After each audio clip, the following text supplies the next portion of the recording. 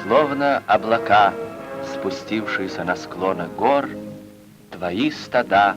Түссүз кадрлар 1958 жыл 8 декабрь. Дал ушул күнү кыргыз телевидениясында алгачкы берүү обого чыгып, эфирден биринчилерден болуп, мына ушул сыяктуу ак кара түстөгү кадрлар менен дыйкан жана жумушчулардын эмгеги, завод фабрикалардагы иш нугу, көчөлөрдөгү балдардын шаңдуу күлкүсү, акындардын чыгармачылыгын камтыган жөнөкөй элдин жашоосу бүт ааламга тараган. Прошлым нищим, голодным кочевникам право на труд, она же дала им право на отдых. Сайнаке Жунушалиева бул ысымды азыр көбү билбейт. Бирок 1958-1959 жылдары Кыргызстандын бүт эли Сайнаке Жунушалиеваны диктор катары таанычу. Анткени кыргыз кызынын нукура жүзү менен өзүнүн кайталангыс образ катары кыргыз телевидениясынын биринчи диктору болуп тарыхта калды. Кыргыз телевидениясынын тарыхына көз жаптыра турган болсок, 1958 жылы Кыргыз СССР министрлер советинин алдында радио жана телеберүү комитет уюштурулуп, Фрунзе телестудиясы 30 декабрда өз ишин баштаган. Телеканалдын статусу мамлекеттик, улуттук, кийин коомдук болуп өзгөргөн. Азыр коомдук биринчи телеканал эфирге чыгат. Ошондогу КТРдин Оштон көрсөткөн башкы редакциясы азыр ЛТР. 1970 жылдын 9 сентябрында Ош телекөрсөтүүсүнүн биринчи телепрограммасы эфирге чыккан. 1999 жылы Ош студиясынын негизинде Ош 3000 мамлекеттик телерадио компаниясы түзүлгөн. Кийин аталышы коомдук телекөрсөтүү ЛТР, телерадио берүү компаниясы деп өзгөртүлгөн.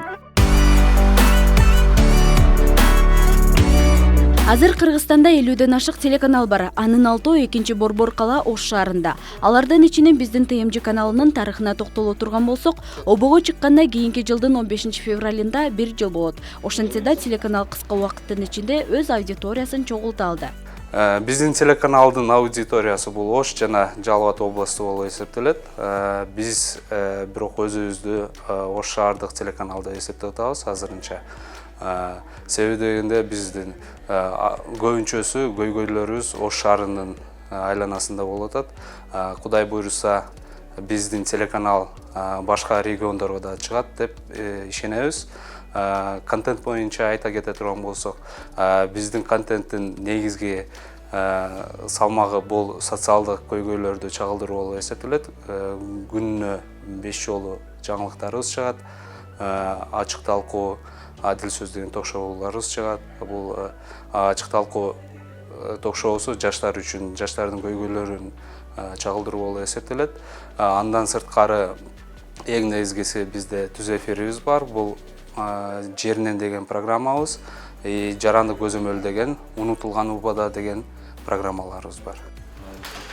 Кыргызстанда 8 декабрь радио жана телевидение кызматкерлеринин күнү. Аталган кесиптик майрам 1995 жылы 23 декабрда өкмөттүн токтомуна ылайык бекитилген. Ошондон бери радио жана телевидение күнү катары белгиленип келүүдө.